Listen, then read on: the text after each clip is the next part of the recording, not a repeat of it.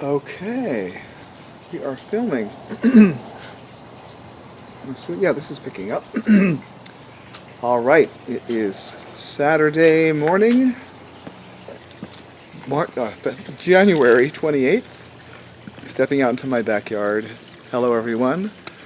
I wanted to pop this quick video out to you and take a little stroll in the backyard because this always gets me in my happy place, being outside. And this is a rare week we had with weather that was really not fun. It was cold, although apologies for those of you on the East Coast in Chicago and all those places where you're digging yourself out of snow. So here I'm complaining about some rain and as low as 45-degree weather, which is odd for this area, but for you all it's really nothing. So I take that into account.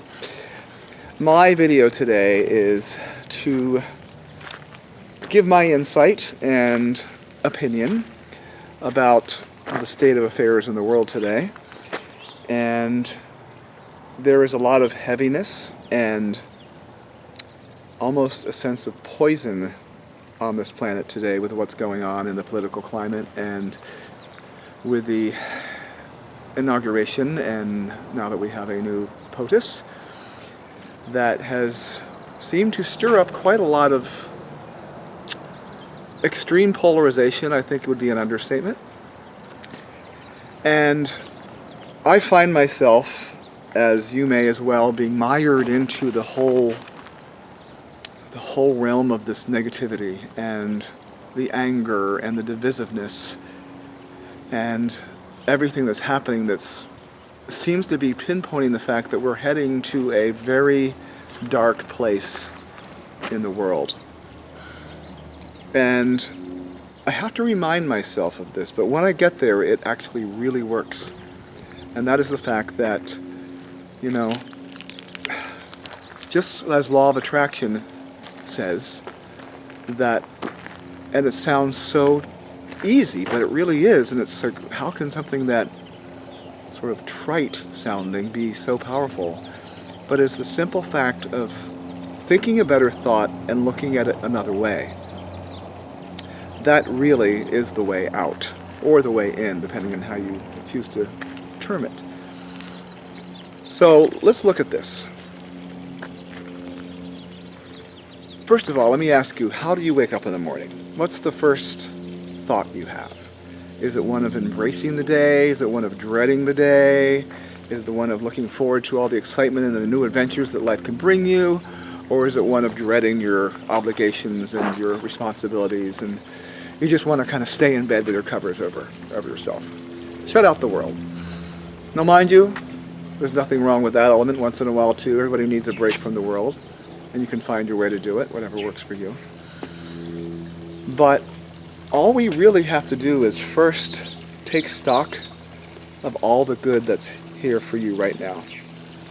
Because in reality, if you really look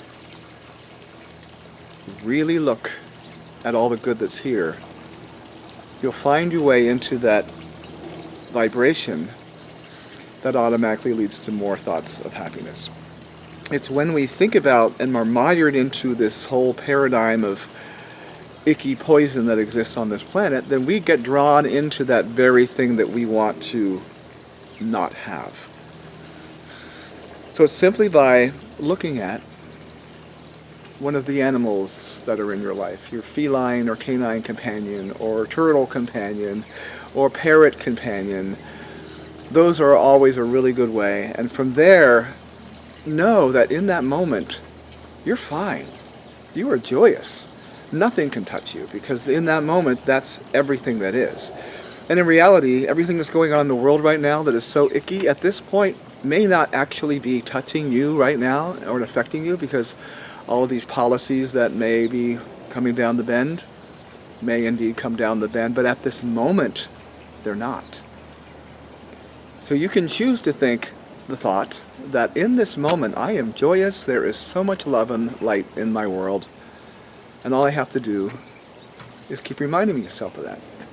And that's where things will shift. I also want to share the fact that in this place of happiness that we have, that what I'm seeing in the face of this darkness is there has been no time in my life of 61 years here on this planet that I have seen so many people, including myself, become more involved in waking up, taking action, knowing what's right for us, because we're in the face of this extreme darkness.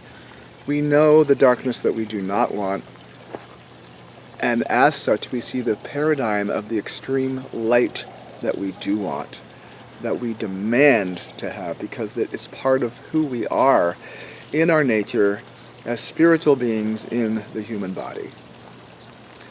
That we are designed and wired to produce and create loving actions to change this world and to change this planet into one of awareness and compassion.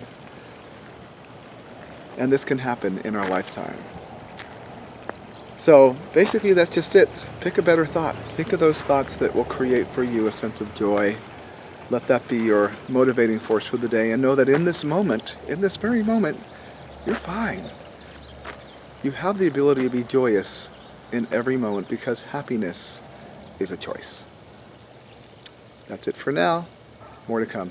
Doug Graham.